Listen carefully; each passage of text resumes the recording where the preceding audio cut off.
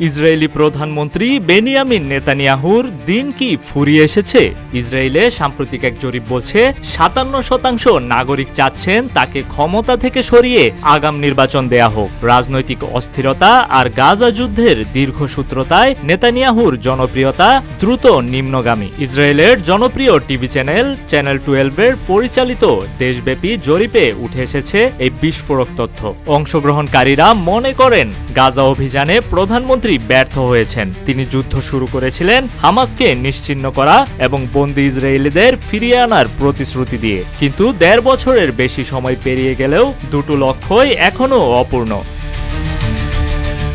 Israeli পার্লামেন্টে ১২০টি আসনের বিপরীতে সরকার গঠনের জন্য দরকার ৬১টি আসন। জরিপে দেখা যাচ্ছে বর্তমানে কোনো দলই এককভাবে সেই সংখ্যাগরিষ্ঠতা অর্জনে সক্ষম নয়। জরিপ অনুযায়ী সাবেক প্রধানমন্ত্রী নাফতালি বেনেতের নিউ রাইট দল পাবে সর্বোচ্চ ২৪টি আসন।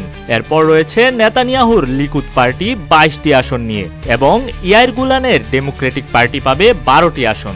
বাকি আসনগুলোর মধ্যে শেষ পার্টি ও ইসরায়েল বেইতেইনো পাবে 10টি করে, ইয়েশ আতিদ 9টি, ইউনাইটেড তোরা জুডাইজম ও উৎজা ইহুদিত 8টি করে, ন্যাশনাল ইউনিটি 7টি এবং আরব দল হাদাসতাল ও ইউনাইটেড আরব 5টি করে আসন পাবে।